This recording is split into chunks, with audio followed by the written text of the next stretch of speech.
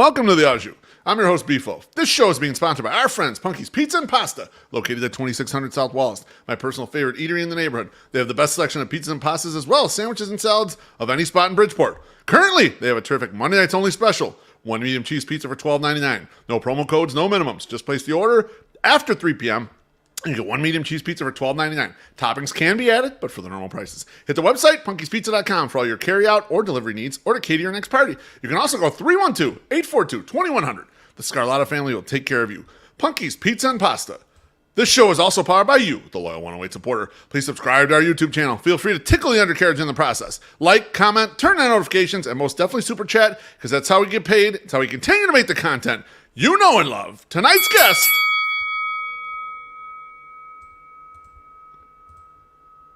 He's the host of the 108 podcast, and from a Southside point of view, he's the star of the Sunday Soak. And finally, he's the bong in this reggae song. Treasy, thanks for coming back on the Au Jus, my friend.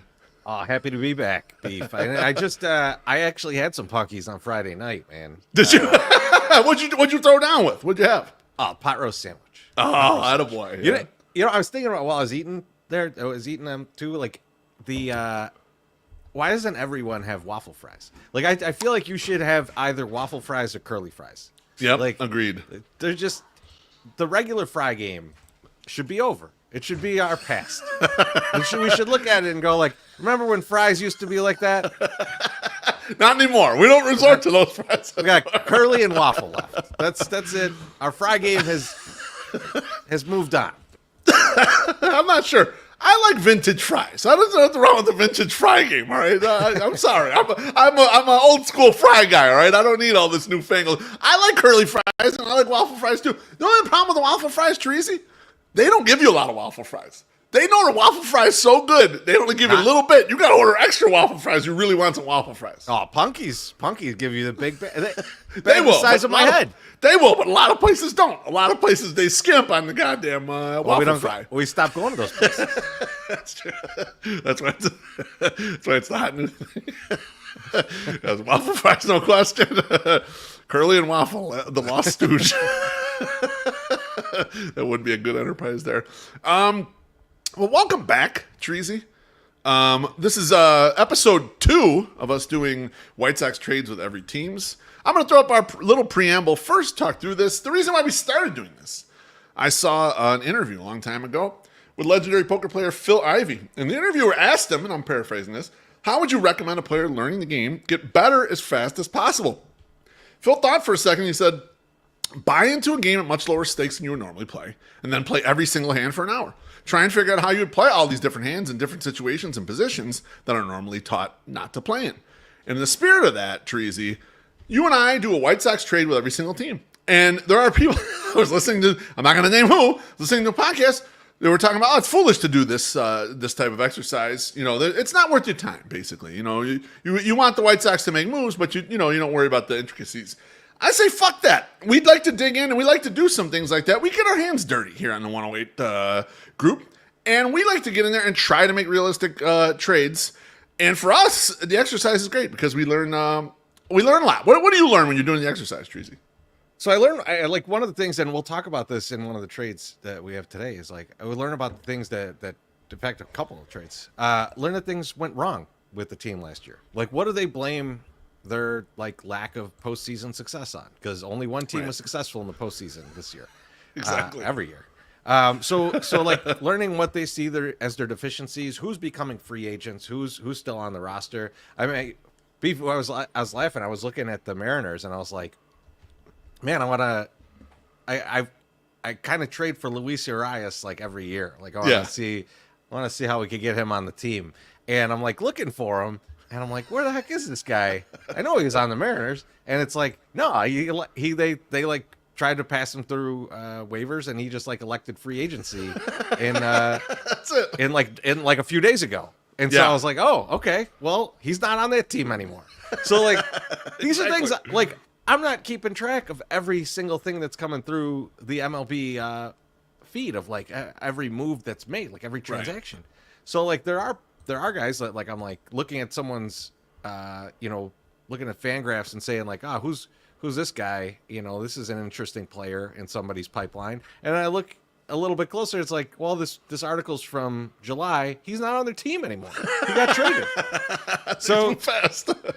So there's just like, you can't keep track of everything throughout the season. So this is a good reset of like, where's everybody at? Where's where are the deficiencies on teams? What are teams going to be doing in the off season? This is all just very interesting, regardless of, like, I'm not trying to get any of these trades right, to be totally honest.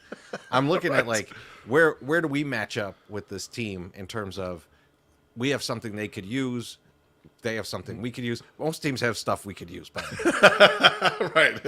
No, and Treasy, the other thing too, I feel like, is we try to dive into the depths of the creativity of what could you potentially do if you really thought outside the box. How could you maneuver this roster? And most people don't get below base level who try to do this. They just do the real high level stuff. Like another person who does a version of this, if the White Sox have a hot trade candidate, Jordan Lazowski will trade the person to 10 teams, 15 teams, really dig in and try to figure out like what we're doing. Kind of a different approach where we're trying to trade almost everyone that exists laying around there and see what you could get back for them. And one thing I'll add to that is, you know why we also do this? Because it's fun, man.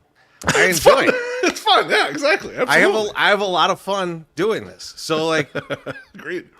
Why not have fun? And share it with people who seem to also enjoy it. So I was going to say, it's fun for us, and the audience seems to love it. Why would we not do this? And it's a good intellectual exercise for us. Exercise our fucking brains on what do all the teams look like and what really could the White Sox do. And we're not afraid to be stupid. We're often called stupid, so it's fine. Absolutely right. Let's get to this drink real quick before we get to our first one. It's our guy CJ. Says, how you doing? Miss you guys on Thursday. Everyone drink. Thank you, CJ. Miss you too, my friend. I'm just sitting with you in the stands on a Tuesday night, drinking down too many brewskis or $5 beers. Sometimes he likes the hard iced teas too. Oh yeah, not too bad there. All right, let's get started here, Treasy. I want you to go first, and I want you to. We're going to start in the NL West, so feel free to start with the Diamondbacks. Oh yes, let's tee it up first. So this is a fun one. So we're trading Sammy Peralta and Jared Schuster.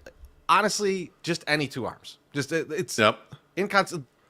An hour ago, this was Matt Foster, but Matt Foster's no longer on the team, so it became Sammy Peralta. So really, just any two, because what we're looking at here is the Diamondbacks doing a salary dump of Jordan Montgomery and us getting a prospect alongside of him because they hate his guts. So if you think that I'm exaggerating that they don't like him, I'm going to read you something. This is right after the season. This is the own Ken Kendrick. If anyone wants to blame anyone for Jordan Montgomery being a Diamondback, you're talking to the guy that should be blamed, because I brought it to the front office. I pushed for it. They agreed to it. It wasn't in our game plan.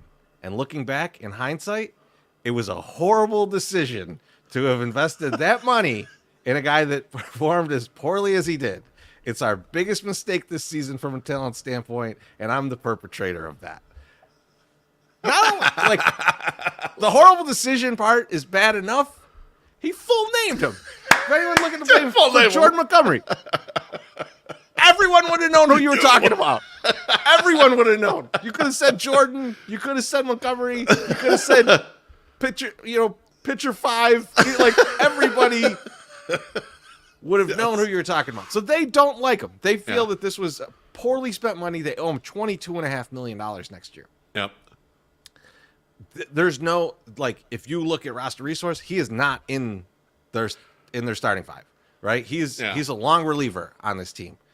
If they can shed $12.5 million of that payroll, and that, I think, is something the Sox could take on. I don't think that's out of the realm of possibilities of what the Sox could take on. Right. Then the Sox can have him, right? And what the Sox are doing here is they're doing two things. One, the pitchers they're sending over are kind of dime a dozen pitchers. Who cares? You could pick them up off the street tomorrow. Yep. Jordan Montgomery, however, if he can turn it around, if he can bounce back, even a dead cat bounce next year, when the trade deadline comes, you could trade that guy. You could move him for actual players. Now, if he stinks, you might just have to cut him. right? Like, but the Sox have plenty of innings to give away, so it's not really a problem to roster them, especially if they get rid of Crochet. Right. And then the other guy in the trade is Caleb Roberts. So this guy is a bat first catcher to the extreme. Like when they write about him, they like high end defensively. They're like, he might be able to get to like David Fry levels of defense. Like, so you're trading for Ryan Dubin right now, is what you're telling me. That's what you're trading basically, for. You're trading for a bat that has no position, but might be able to catch once a week. If you could teach, if Drew Butera could really take care of this your guy. assignment. Go away with this guy. Go to the cabin that Aaron Rodgers stayed in and smoke peyote, and you teach him how to catch. That's what you got to do. He needs to be able to catch for us once a week. Once a week. That's all we're asking. And then you have something. And, like, I've been thinking about this in the offseason anyway, and so that's why I kind of want to bring up a guy like Caleb Roberts. I think that there's a little bit of an undervalue on guys like this. You could find use, like, the Sox of all teams can find use for a bat. I've been looking at the free agent market and thinking, could they bring in like a Gary Sanchez to be the third catcher, DH, play some first base, right? The Sox roster is equipped for that. And you could, like Corey Lee is good enough defensive on the defensive side. And then you've got Edgar Caro you want to bring up. Like, that doesn't mess with any of that. And it's a guy who's caught in the league for a long time. He's a veteran presence. It's nice. It's a nice fit. This would be something similar, but on the, not the veteran presence. Right. But you can fit a guy into your roster if he could catch once a week. And that's all you're asking out of this guy. So, I don't know. I don't think he's the greatest player of all time, but he had 20 home runs last year. Double-A. Yeah. So got like, some pop. I'm not hating on it either. So Montgomery and this guy, I don't know, Beef, what do you think? It's a little bit of a wild trade, but I had to read the quote. Like, when else was I going to get to read that quote? I mean, from the standpoint of, Treasy, you're always looking for a vulnerability in someone else. And like, okay, can we take advantage of that vulnerability? And they're laying their cards on the table for you. They're saying, we do not want this guy. Someone please come take this guy from us. And you can maybe make yourself a good deal if you're willing to take it. My only question for you is, do you think Jordan Montgomery is so cooked that it's not even worth giving him the 12 million? Because what you're talking, what you had in the trade there was he's due 22 or 22.5 million this year, and it would be the Diamondbacks would be sending some cash with to cut it down to like $12 million. Do you think he's so cooked that like doing this is like a problem? Because they're not even penciling him in as a fifth starter, and it's like 22 million is not prohibitive, and 12 million is really basically what fifth starters get. So I mean, like, do you think he can actually make it? I think if the owner didn't come out and say this, they're going to be saying like, we think he's going to bounce back and stuff. Like, because there is, I think there's, unless someone is just really falling off a cliff, like he was just good. Right. And now he's, and now he had a terrible season after pitching a lot the season before. Yep. And you definitely see that. And that happens with him getting moved into the pen and pitching less and less throughout the season. And then you get to, he's got a full off season because they didn't make the playoffs. Yep. So I don't know. I think he might be okay. So I don't know that he's going to ever be back to the lightning in a bottle of 2 years ago. But who knows? He might get back to half of that, and half of that is tradable. Half of that is tradable, and every team can use it down the deadline. We watch it in the playoffs. Half these teams are doing bullpen games every other game, so a lot of teams needed the length down the stretch. And so, from that perspective, I absolutely get it. Time to rip the Band-Aid off. I'm going to go with my Dodgers trade right now. Oh man! And I'm probably going to screw up this guy's name, but I have the White Sox sending Colson Montgomery. That's right, the Colson Montgomery to the Dodgers, and I have them bringing in Jasu DePaula, who's an outfielder, and then also Ben Kasparius, who's a relief pitcher. Kasparius, let's get him out of the way first. He's a reliever. All right, he's got a good slider. He's actually started Game 4 in the World Series. He was their opener. So he's a solid-ish guy, would be an up-and-down reliever for the White Sox. The real get here is DePaula, who's 19, who has a high enough prospect ranking, basically across the various rankings, that he is similar to Montgomery. Some he's higher, some he's lower. It's a lot of speed. It's a lot of power. He takes walks. There's probably more power coming. It's a great lefty swing. It's just that he's 19, and so there's still a lot of risk in the profile. And I don't know if he ends up in center field, and I don't think he has that strong of an arm. So there might be a little more pressure to put if he ends up in left field on the bat here. But my idea was, the White Sox have been, Colson Montgomery. But what if they flipped out Colson Montgomery for a younger high-end prospect and said, well, we'll get a little something extra with it. Here, we'll get a little relief arm. We'll get a little something added onto it because the way I see the White Sox right now and the way everyone talks about them, they're still in gathering mode, baby. So what does a good prospect being in the majors this year do for you that much if you can maybe turn it and add something else? Am I totally insane, Treasy? I think you're getting to the point where you're just looking to make people angry.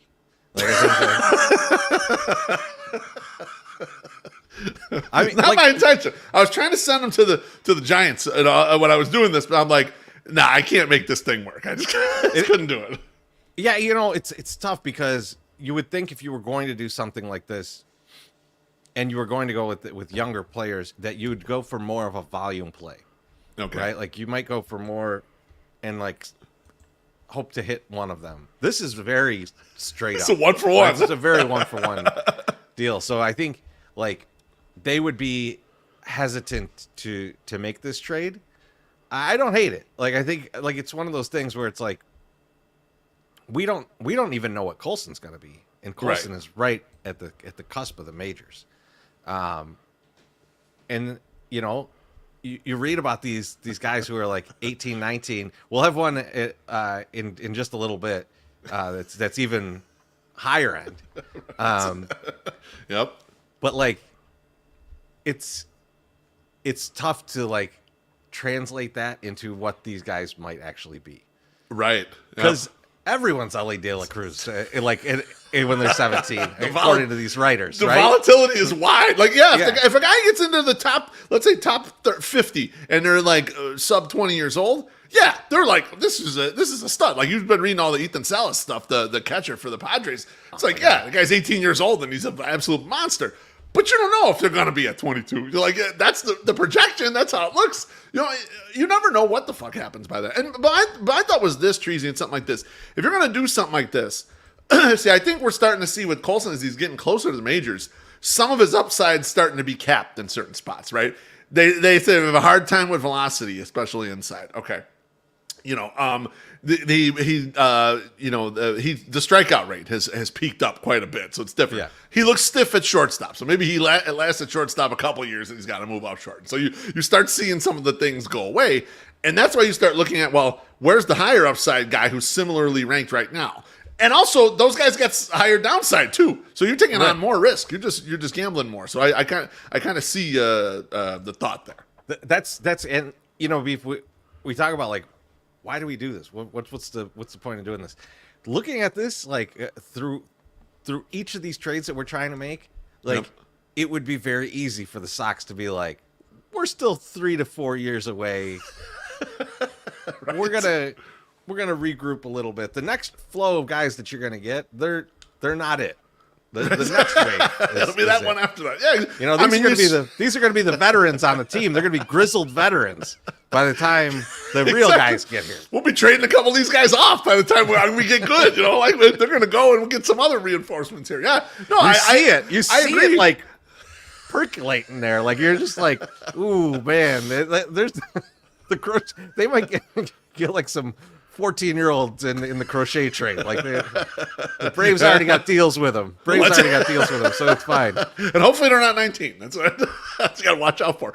No, 300%. And that is kind of a little bit of the way I've been looking at this. Is like, even when we heard it at the time with the Fetty trade, Treasy, everyone was focused on Miguel Vargas. And we heard a lot of whispers like, nope, he ain't the meat of that trade. It's the two guys who are 19. Those are the guys that they really wanted in this fucking thing. It's like, okay, they're looking a little younger. They're thinking that we got to build this pipeline up. So I don't know if this trade does that, or just that people are like, Beef's a fucking idiot. Maybe not. I mean, they're definitely going to say that, and people are definitely going to be mad that you traded Colson Montgomery. But you already traded Noah Schultz, right? Yeah. And like, I think that's you're just going to keep getting the heat. either way. So It is what it is. I like it. I like it. I like it's you, not me. All right, Trees, you're up next with the Giants. All right, let me pull this one up. So this one, Beef, I was having a lot of trouble with the Giants to get a trade going. Tough one. So I kind of looked at this is the team where I was like really like, okay, what failed them this year? Like where did they have the biggest problems that kept them out of the playoffs? And like Tyro Estrada was a guy that they like were really counting on at second base. Yeah. And then he just fell apart to the point that he's not even there anymore. Like it's over, right? It's Joe. And then I think it was like Camilo Duvall was definitely going to be their closer until he definitely was not their closer. Yeah. And they pounded their relievers. 655 innings, Beef. So they're like top 5 in the league. I want to say they're like 3rd in the league or something in bullpen usage. Yeah, they had But starters break down. I remember this. Yeah, that they really only rode them hard. Yeah, because I think at one point we were talking about how they only had like during the season, like during around the trade deadline, we were looking at them and they only had like one starter. Like it was just it was like everybody else was on the IL. And they only produced like 2.8 FWAR out of that bullpen. So I decided, okay, let's trade him a bullpen guy. And I think Justin Anderson is probably one of the higher value guys we have right now in terms of bullpen. And he's only here he's in RBR 3 this year, and then RBR 4 will be the following. So it's not like he's here for a long time. There's a lot of team control. So it's not, I could see them obviously using him this year if they don't trade him. Yeah, but like agreed. when you start looking at like who's tradable because the next 2 years are going to be crap, this is a guy that comes up and like just about as high as you're probably going to sell him unless he comes out and has like a great year this year. Yeah, the only thing I can see otherwise, Treasy, is if they made him the closer and he like succeeded for a half year, But otherwise, I agree with you. Trade him at the middle. But Anderson was like a pleasant surprise this year, and also he's a take the ball guy. Like he's always available. It seemed like, and it was like the guy's super durable, and not everyone coming out of these bullpens are anymore. They need extra days off, and they start. Not him, man. He took the ball. And the Giants apparently used their bullpen quite a bit. So, so him, and then I have Brooks Baldwin. And Baldwin, I think, is because they did, I think it was Casey Schmidt, I think was who ended up playing second, he was very Lenine Sosa-like. Very good against lefties. Very not good against righties. And so, great. So you need kind of another guy in there, not only platooning, but kind of, just another fielder within there. Their shortstop's young.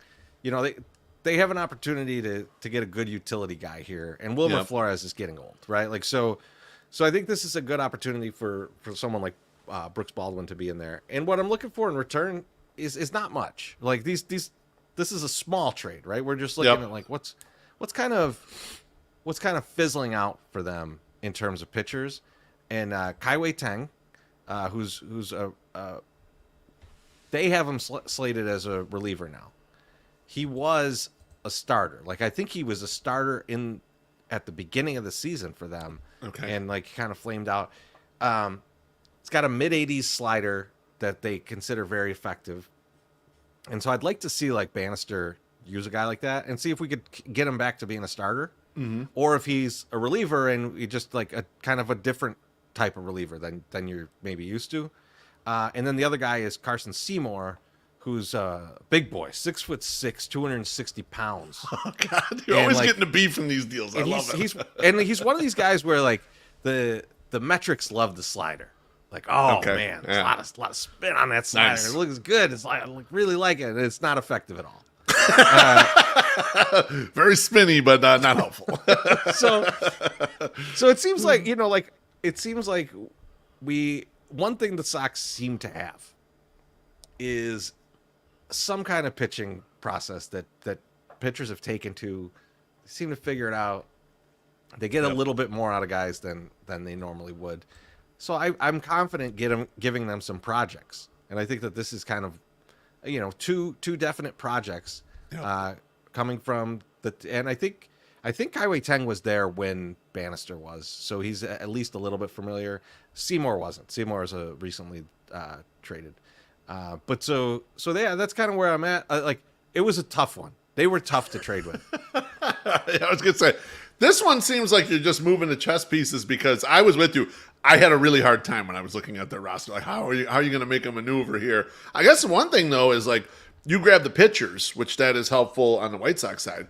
Going to the Giants, Brooks Baldwin, he could get into their cheating lab for the hitting because they do all the things with the platoons and shit. And all of a sudden, Lamont Wade or someone's got a 130 WRC plus. It's like, what the fuck? How did this happen? So I kind of like it from a, hey, we'll take this guy. We think we could probably fix this guy, and then you fix our guys, and there we go. Yeah, and Anderson they plug right in. Right? Yeah. They need a guy. They beat up those guys so bad this year. And by the way, the Sox are right behind them in reliever inning pitch. Yeah, but the Sox are one of the worst teams in the history of baseball. Correct. So, and they had to move a pitcher down to only 3 innings or whatever what they were doing with Crochet, and they had all these young arms coming up. So they were trying to compete. And this was a plan that they did that. So, all right, next up, I got a real quick trade. We'll get this out of the way. I did the Rockies trade, Treasy. The Rockies, they're a joke like the White Sox. And so, like, they're good stuff they don't want to trade and whatever. And the same thing with the White Sox. So, the trade I did with the Rockies, I just took 2 things, one that each team has no idea what the fuck they want to do with, and flipped them. So, I gave the Rockies Oscar Colas. We have infinite amount of lefty bats on the goddamn 40-man that play right field. Like in the offseason last year, you brought it up, Treasy, like they're doing everything they can to make sure Oscar Colas never touches the field, like all the guys that they're going out and getting. And I think he's still on the 40-man. I think they probably aren't fully giving up on him, but he's 12th in the pecking order to actually get at bats. Even at the end of the year when there was fucking nothing going on, they were like, sorry, Oscar, you're not playing. You go hang out in Charlotte. So he's going to go to the Rockies. I'm bringing over a left-handed pitcher who actually – Colas is down to 1 minor league option. So is this Evan Justice that I'm bringing over, left-handed pitcher. They're basically kind of at the end of their 40-man ropes, both of them. Justice has a 95-mile-per-hour heater and a decent slider and absolutely no fucking clue where they're going. Not even a semblance of hitting the strike zone ever. And I thought, well, maybe Bannister, he's into biomechanics. He's into letting your body move where it's supposed to move. Just take a shot here. You're not going to do anything with Oscar. Oscar Colas is going to be out in the street before anything else. And the same thing on this side for the Rockies. So I just did, let's do a trash for trash trade. I don't normally like doing these in here, but for the Rockies, it seemed to fit for me. Has anyone's internal team rating dropped as rapidly as Oscar Colas? Opening day 2023 we don't want to see you up here. Opening day 2022, we all had money on him being Rookie of the Year. Exactly, yes. Now we're talking about trading him for a guy who hits the Durham Bull with every pitch he throws. And this is a good deal for us. What do you mean? That's the best we can do out of this shit, I actually like this. I think I would like to see teams do this more. And it's part of we talked about beef as well last week, improving the Rule 5 draft. Yeah. So that there's more movement, so that guys are unblocked. And flip out of Oscar Colas, he's purposely blocked, right? Yep. He wasn't blocked. They blocked him. They blocked the hell out of him. And not even with anything that good. Yeah, no. Just blocked him. That's right. Zach DeLoach is there's got no chance getting around this guy. Right. But a change of scenery, he might get some at bats. He might figure it out. It might be good, right? Yeah. Or he, you figure out it's bad and it's over. But exactly. I feel like there's opportunity to do this a lot. I mean, I think the last trade that I was talking about too was 2 guys coming to the Sox are guys like that. One guy's about to be in the Rule 5 and probably won't even get picked in the Rule 5. The other guy got his shot at being a starter and it didn't work out, and now he's just kind of relegated to end of the 40-man. Yep. That happens a lot, and guys just seemingly don't get a second chance a lot of the time, unless they had some huge pedigree, right? If they were the top pick, people keep adding them to the roster for the next 15 years. Like Brent Honeywell, and then he ends up on the Dodgers winning the World Series. He's on his 45th team. Yeah, who's the guy last with the Rays that was in and then the next year he's on the Sox? Was it Brett Phillips? Brett Phillips. Yes. Yeah. It's this guy's making some good stuff in the playoffs, and then it's what happened to him? The Sox are gonna cut him. Such is life. Let me get to this drink real quick from Jason Wagner. He says, checking in from NorCal. Thank you, Jason. Appreciate you. Delicious. I got Fist City, Treasy. Delicious, bro. Yeah, just doing a little vodka soda. Oh, attaboy. I like a little vodka soda. You want to close out the NL West? You're about to get cooked on this trade, by the way. When I read this in the drafts, I was like, my man finna get cooked here. So let's go. Yeah, man. I'm going through the Padres prospects, and like Leodalis DeVries sounds incredible. Oh yeah. And I'm like, how do I work out a trade for him for Garrett Crochet? And I was like, I just can't see the Padres doing that. I can't see him doing that. It's like, well, maybe Luis Robert plus some stuff, but we don't have any plus some stuff. The only other plus stuff is Garrett Crochet. Right. Or for a little while I had Luis Robert plus Edgar Caro. Okay. But if you're gonna do that, you got to get Ethan Salas. There's no reason that they would do that trade. Like they're not gonna have all the catchers. Exactly. So I'm like, okay, well, how do I do this? And I was like, you know what? I got to do something stupid. I gotta go Crochet and Luis together. And now I know this is a lot when you're a Sox fan. Yeah, it's a lot. But when you're on the other side of this trade, you're going, okay, I've got a really small sample size of Garrett Crochet, not only being a really good starter, but being healthy. And the same on the Luis side. You've seen that he could be a 30 home run, awesome center fielder. Yep. But you've also seen that he has trouble staying on the field for a full season, and that he had a season like this one. So there's downside risk to the team trading for this too. That said, I think what I put together is a pretty good package for those two. And it's so Leodalis DeVries is the main piece of this. Yep. And like I said, he's incredible. So here's something that was from the Fangraphs write-up. There are international scouting personnel whose club reports on DeVries says, and I'm probably saying his name wrong, by the way, everything is at least plus.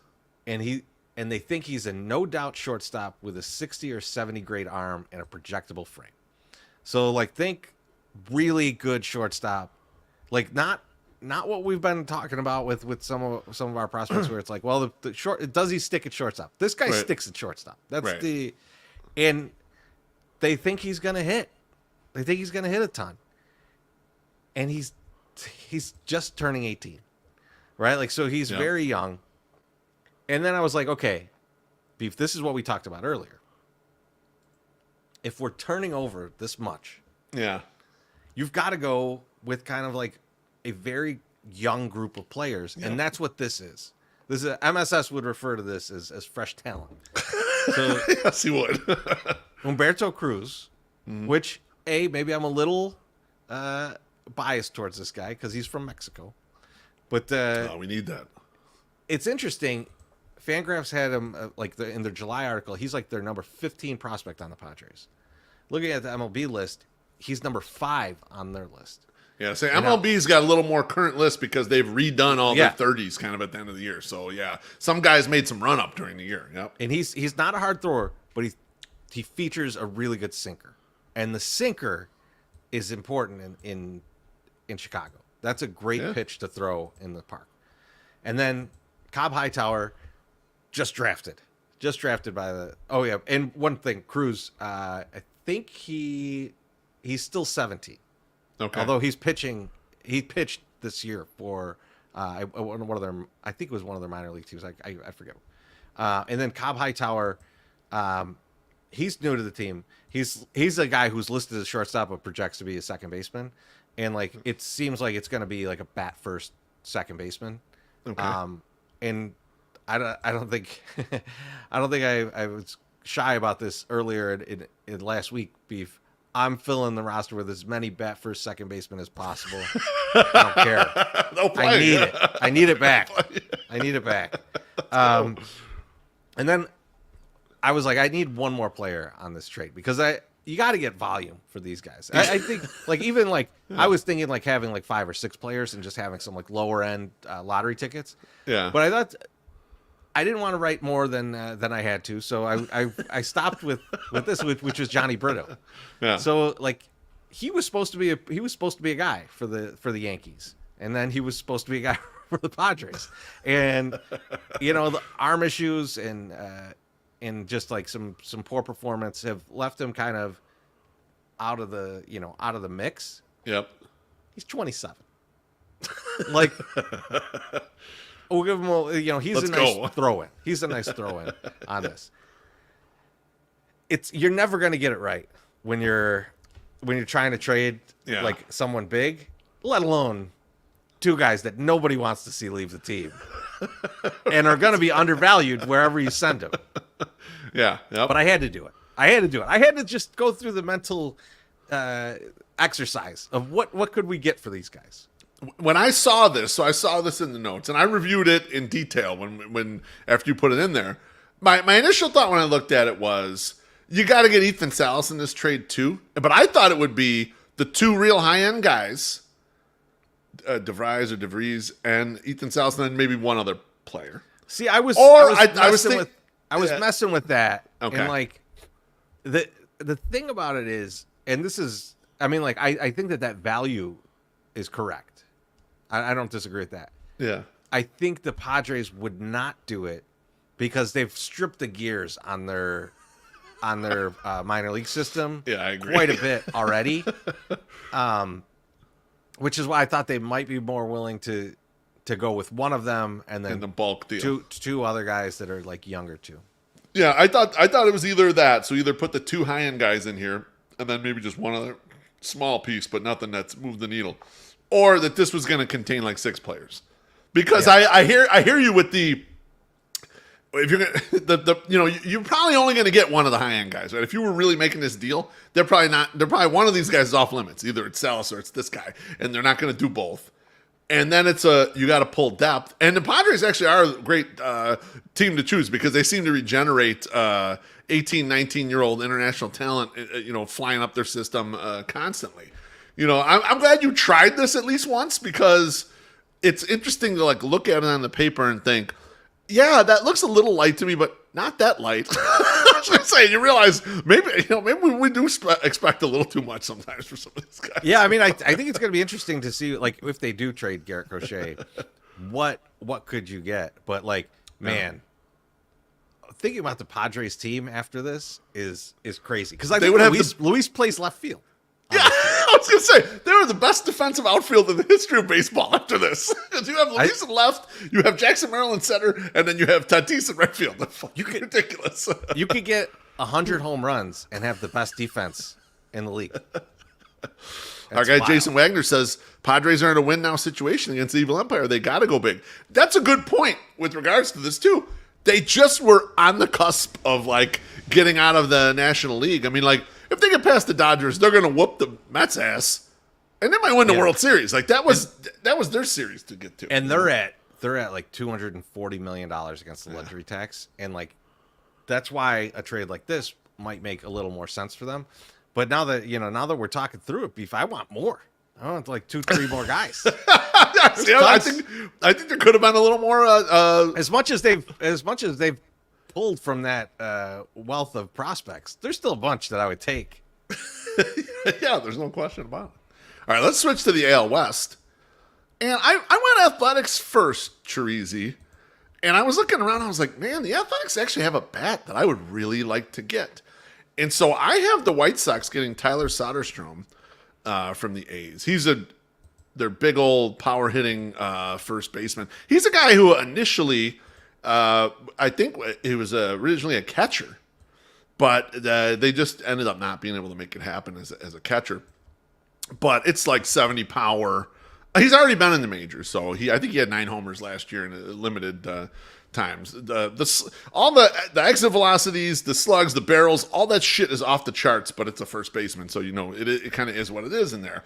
Something the White Sox could really use because after the last couple of years, our prospect pedigree at first has not been delivering what we're used to as far as first baseman. However, the price is expensive. So I've got Haro Iriarte going back as one piece, and he was number 2 piece in the Cease trade. And I also have, prospect darling Grant Taylor, who was just in the AFL and who looks like he might be primed to sneak into some top 100 lists this year going. The A's pitching is in shambles, and they don't have a lot coming in the pipe. So I could see them wanting to do a trade where they flip out a hitter of pedigree here because they can find Brent Rookers, right? They seem to be able to find these guys, or Lawrence Butler or whoever else that they like. These guys are all hitting, and it's like, where did you find all those guys? And Soderstrom was a first-round pick, and maybe they'd be willing to do the pedigree. Treasy, am I way overpaying for a light tower power first baseman? I don't know. I don't know, to be completely honest, right? Because I think you're probably in this range, right? Because the Iriarte, we got an idea of what he could be, but Grant Taylor is a high end prospect that nobody knows about. So the name's not even there with most fans, but like I think a lot of prospect hounds, and I think the teams would look at this and go like, oh yeah, I definitely want this. We guy. want him. Let's get him in there. They'd feel like you're like they're fleecing you. So I think that on the side of like, is this too much? It might be too much. You might be able to get this for less, especially if the A's feel like that they could just keep churning out guys like this. Yeah. They also might want someone closer to the majors. It feels like there's something about this that makes me feel like the A's getting out of Oakland, they're all of a sudden going to try and put something together that's not necessarily really good, but like, but better than it has been. Better than what they're going to try. Let's win the PR battle for a little bit here. Yeah. And so like, I don't know that they'd want that in particular. I mean, they would take Grant Taylor for sure. Oh, no question. But yeah, this is one of those you look at it and you go like, would the A's take it? And you go, oh hell yeah, they take it. And then maybe you pay too much. Maybe it could be. I do like though that you're getting Grant Taylor's name out there. I feel like as much as this is going to anger the prospect hounds, they should be happy. This is the most PR he's going to get. Exactly.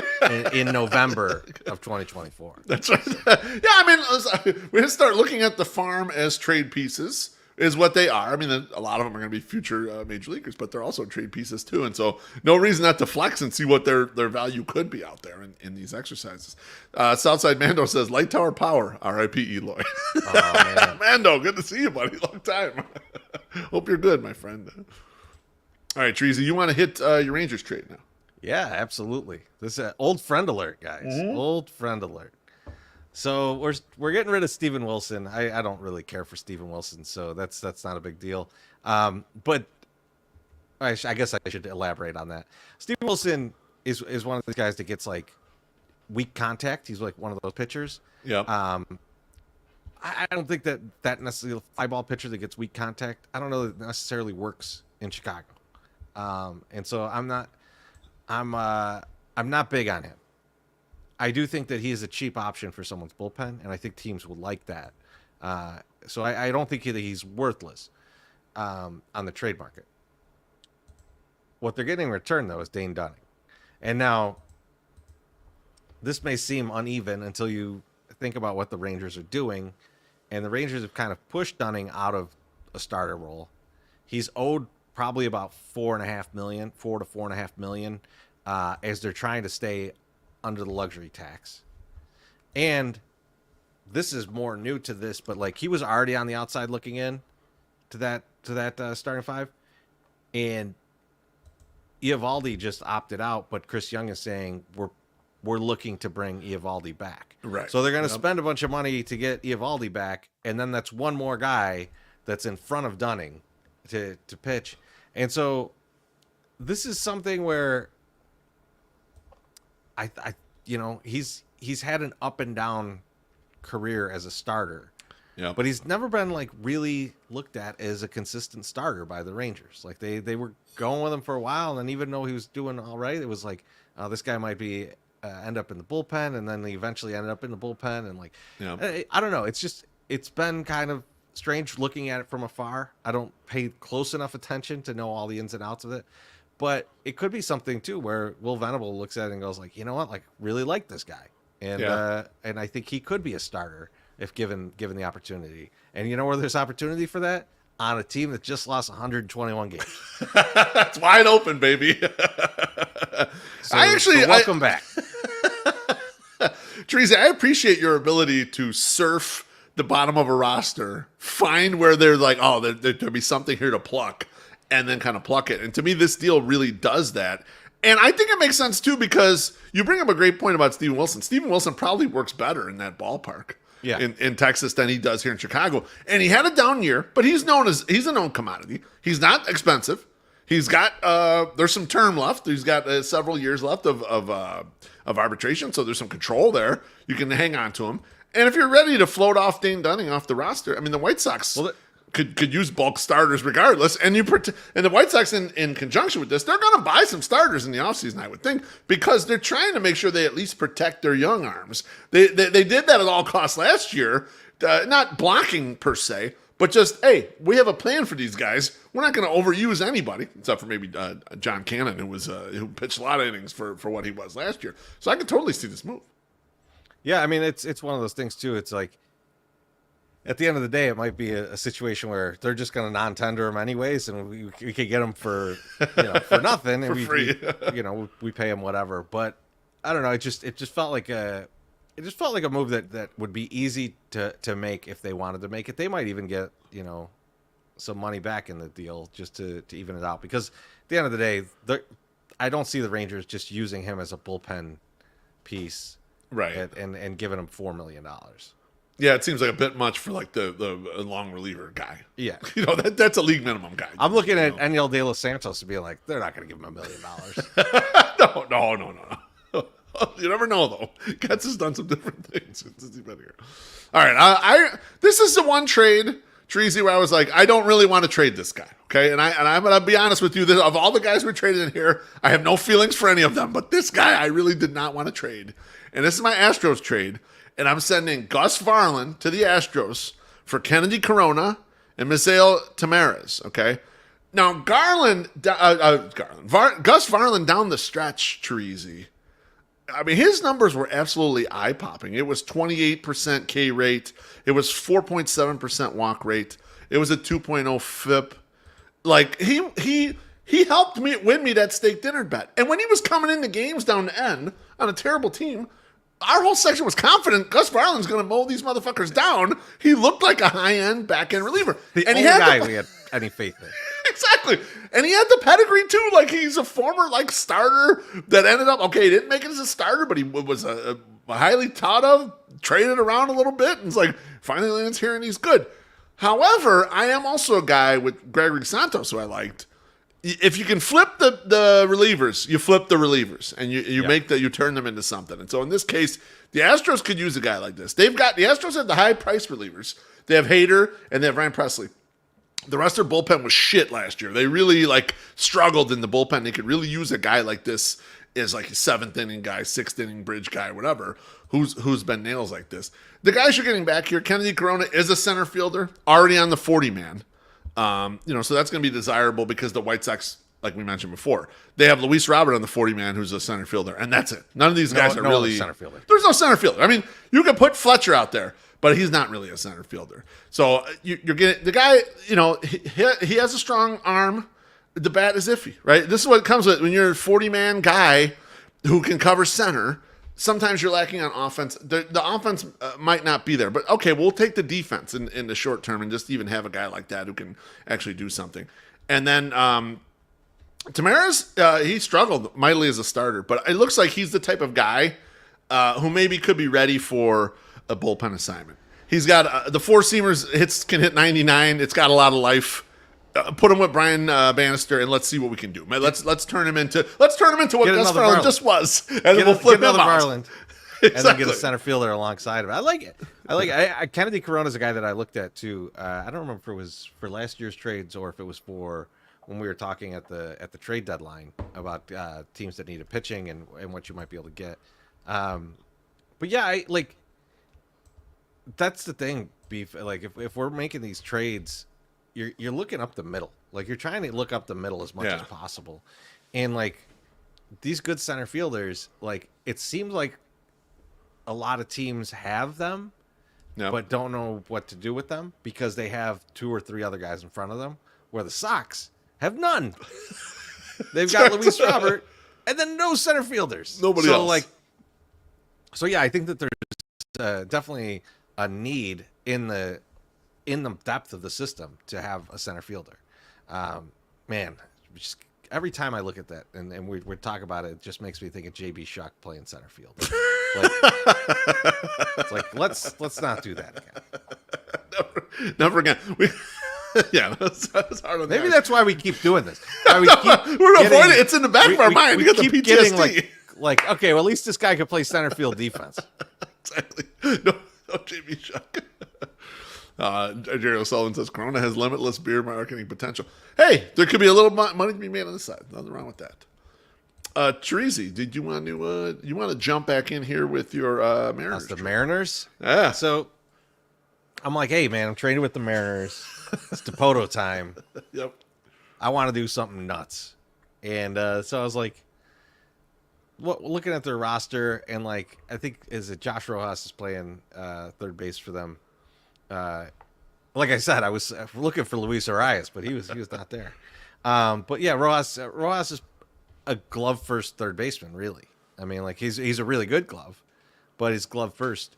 And so if I'm the Mariners and I want some hitting and I want to take a little risk, which they like to do, yes, they do. Miguel Vargas may be their guy.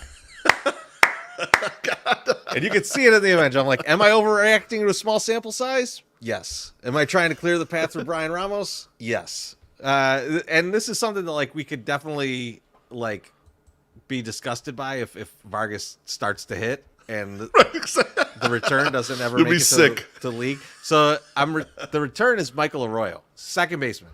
This is not a guy that anyone's going like shortstop, but projects as second base. No, second base. Second base only. It's already decided. Let's be clear about this. But the comps that I saw are so wildly different, Beef, that I was like, okay, this guy has to be in the trade. Because MLB.com has a comp of like he could be the next Howie Kendrick, which I like Howie Kendrick. Yeah, That's a great player to have on your team. Absolutely. But you know what Fangraphs said about him? What did they say? They said, he reminds me of former White Sox prospect Jose Rodriguez. Oh, no. Too gambly. So keep the parlay cards away from this guy. I don't think that's why. I think it was more around. Sorry about that. More around the inability to hit. Too swinging. Once they're up into the, because like right now, like it looks like this guy could hit, but it's one of those things where like, does this project all the way through the minors, or is this going to fade as it gets further and further, and then you're going to realize that this guy is a second base only. So like, I see you in this trade, Treasy, trading Miguel Vargas, and I think this is a Chase Claypool trade right here. You traded for Chase Claypool, and a few weeks, and you're like, oh shit, this guy sucks. We need to get him the hell out of here. That's what you just did right there. You know, like I mean, it's what we have to do. No, I like it. I like the idea of, all right, if you've given up on it, hey, the costs are sunk. Go ahead, move it along, and let's go get someone different. You know, this trade would never happen. This trade would never happen because there's no way Getz would give up on what he did. No. Like, could you imagine the backlash of trading Vargas already? And for a guy in the minors? Yes, but actually, it's probably a savvy move if you have given up on it, right? See, these were the faults of Rick Hahn. Would hold these guys forever until they were completely worthless, and then he would never get out of it. But a lot of people would forget about it, and so he would never really reap the harsh criticism from the peanut gallery. Whereas in this case, if you flipped it, maybe it's the right move, but everyone's going to throw tomatoes at you. You're fucked. You got a comment here from BD. He says, wait, are you trying to upgrade from Nicky Lopez? I seriously doubt Nicky Lopez is going to be on the team this year. I also don't think this guy would be up this year. He wouldn't be a White Sox this year. But yeah, Nicky Lopez getting that raise to what was it, $5.5 million or so? That was the guess on MLB trade rumors for his arbitration. That's a lot. I don't see him doing that. It's a lot for Nicky. I like you, Nikki, but no, that's You're getting the realm where like you're almost paying $12 million for Vaughn and Lopez on the right side of the infield. Thanks. It's not great. You're going to be in the luxury tax on guys like that. Jerry O'Sullivan says Popeye 2.0. Yeah, Popeye. People were outraged when Popeye was. Well, maybe people will love this then because it's either Popeye or Howie Kendrick apparently. I mean, I would take Howie Kendrick. Hell yeah! What a count, man! I feel like there is untapped. We were talking about this the last one. There's untapped hitting potential in these second base only guys because no one wants the second base only guy. They want it like, all right, well, you're second base only, getting him the fuck out of here. There's a lot of that lately. Well, you remember Beef in the off season, this past off season, like Donovan Solano was out there for so long. Yes, because he only plays a few positions, but the bat's always it's serviceable. Yeah, and it's like, man, this guy must be a jack off. Like there's no one. Like people must hate his guts. Like why is he still a free agent? Yeah, exactly right. All right, I'm going to close it with my Angels trade, and I went a little outside the box here. So I am sending the Angels Brian Ramos and Nick Nastrini, but really you can insert kind of any pitcher with something promised here. I went Nastrini because I think out of the guys that aren't probably penciled in currently to this rotation starting next year, he probably still has the most upside, although also with his control issues, he's got the most downside. But if you told me you wanted some Sean Burke or someone else in here or whatever, I'd be totally game for this type of trade. And the White Sox would get back Reed Detmers, left-handed pitcher from the Angels. Now, Reed Detmers is going to be a familiar name to White Sox fans because he was picked immediately in front of Garrett Crochet in the 2020 draft. And so a lot of White Sox fans were fiending for him. The secondaries are good, and he looked like coming out of college. Oh, this is a really good arm. And in 2020, Treasy, he was good. And in 2023, less good. And then in 2024, pretty much bad. Reed Detmer's bad. However, a lot of the swing and miss and all the underlying metrics, good. Except, obviously, the BABIP went on him. The hard hit rates went bad on him, which that's not good. Like the BABIP is okay, that's luck. But when you get a hit really hard, that's a problem. And then the walk rate went up. And so there is some fixing to do in here of like he's missing bats more than he's ever missed bats. That's good, and you can harness that, and he becomes a guy here. But like the Angels didn't. He was demoted by he came back up at the end of the year and made a few starts, and a couple good ones and a couple real bad ones. And so he's like kind of at the edge of the 26-man roster here. And I was looking at like would they be interested in a guy to take over Anthony Rendon's spot since he's never healthy? And you put Brian Ramos there, especially with the position the White Sox are in. I thought more about Brian Ramos in these trades than anyone because if the White Sox are going to prioritize Miguel Vargas at third, instead of making Ramos play another position, why wouldn't you look outside and say, hey, maybe we could turn Brian Ramos into something else? You might like Brian Ramos a lot, but what if you could turn him into something else? And so that's what I try to do with this deal right here. They already traded them though to the Mariners, so like you can't do that. No, I'm talking about Vargas. Obviously. Yeah, no, I know. But Detmers, I think you might be overpaying for Detmers, to be honest. Okay, all right. And I think you might like, but this is exactly the guy I probably would have went after on the Angels. And the Angels, yes. And it's one of those things where it's like, let's see what happens. Like there's a pedigree, there's the thing, but like the one thing, Beef, is like the BABIP is high, but like your BABIP is high if everyone hits it 112 miles per hour off of you. Missiles off you, yeah, that does hurt the BABIP. It was hit much too hard for anyone to catch it. So Detmers might just be bad. Like I mean, he might be bad. He could be cooked. It could be a situation but where the they're swing just, and miss and everything, Treasy, is looking good. You know, those underlying metrics are looking good, and they tried him again at the end of the year. So it makes me wonder. They probably had him work on some shit. They probably said, "All right, you got some things going right, but you're doing some things." And yeah, maybe they're not ready to get rid of him. Maybe they're like, "All right, back to the drawing board. We know it's in there." Or maybe they're like, "We'll let someone else fucking figure it out. And we'll get out of this." You know, that's the thing, right? If they're at the point of, we'll let someone else figure it out, it doesn't cost you Ramos and Nastrini. So I think that's where it's an overpay, and I'm making the assumption that they're in the position of like it's over. Like we tried it again. It's not good. So I don't know. I think this is one where I definitely feel like a bit of an overpay here, but Okay. we'll Fair see. enough. Yeah. We'll see when they make this trade. I can't wait to be really excited about when they make that. And sad, because I like Ramos. That's I true. was hoping for Ramos. I was sadder when I was trading Gus Brown than I was trading him. Because I feel wow. like he, you know what? Because they're not committing to my man Ramos at third. If they're committing to Ramos at third, it'd be different.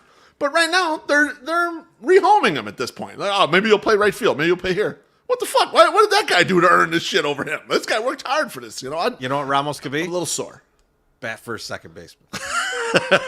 Let's go. Bring it over to me. Treasy, thanks for making some fake White Sox trades at me. Remember, we ain't trying to be right in the show. Just trying to understand. Anything you want to plug before you go? As always, every Thursday night from the 108 Podcast, live at 8 p.m. Central. Don't miss that. And as I mentioned last time, the Southside Point of View will be coming back in December. So very psyched for that. And other than that, you know where to find me. Sounds good. Talk to you soon, motherfucker. That was Treasy E. Next week's guest, guess what? Is going to be Treasy one more goddamn time. We have one more set of divisions. It'll be AL East, NL East. And we'll finish up these Trade with Every Team's blog. I hope you guys are enjoying them so far. Feel free to hit us in the comments. Reply on Twitter, to the blogs, everything else. If you're enjoying those, let us know what you're thinking about it. One more last thanks to Punky's Pizza and Pasta and all the 108 family who's up in the YouTube comments. Appreciate you smashing the like button, comment, and of course, drinks and tips. We'll see you on Thursday, 108 Podcast, and I love all of you.